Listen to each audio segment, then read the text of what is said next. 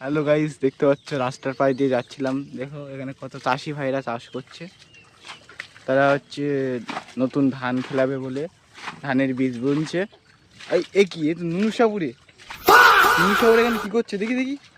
এই নুনু সাবুরে, এই দেখ নুনু সাবুরে, দেখো নুনুর মতো জল দিচ্ছে। তুই কি করতি রে? এই তো সাপ ছাড়াবার দেখি কি করতি।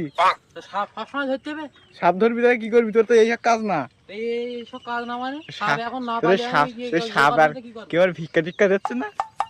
এখন দেয়, এখন লোক চাষবাস করতে সব বিল থাকে। আর ও জোন, ওই জোন কয়কেরা ফেলিয়েছে অতগুলো। আরে ওরা জোন না, ওরা মালিক আর আমি জোন। বলতে জোন খাটতি নাই? আমি খাটতেছি এখন। আর মালিক কেরা? মালিকের নাম কি?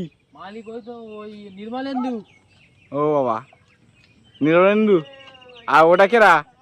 ওই দাও গামছা, নির্মলেন্দুর বাবা গামছা চটিপুরি দিয়ে জগধার মন্ডল। ও, আর ওটা কেরা? মাথা নাকি? ওটা ম্যানকা।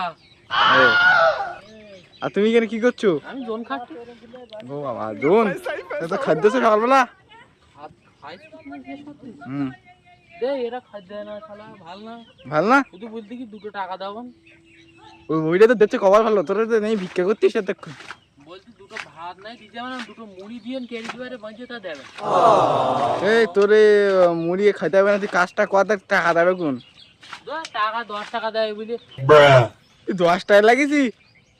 কি করবে এখন তো সাপ ধরতে পারছি না তো, বাধ্য করতে পারছি। তুই সাপ ধরবি কিন্তু, তো সে মূলত জাননি সাপ ধরার। তুই যে সেদিন করে সাপে, এখন সাপ বেরোচ্ছে না, এখন সাপ বংশ বিস্তারের তালে ব্যস্ত। সাপের ধ্বংস হইলি না একদিন শুনছিলাম। না না, সাপ তো তারা করলো, ভুল করে এসে মারি দিল। ও তো যাচ্ছি আমি, তুই এই কাজ কর, তোর মালিক আবার গাওয়ার লাগবে।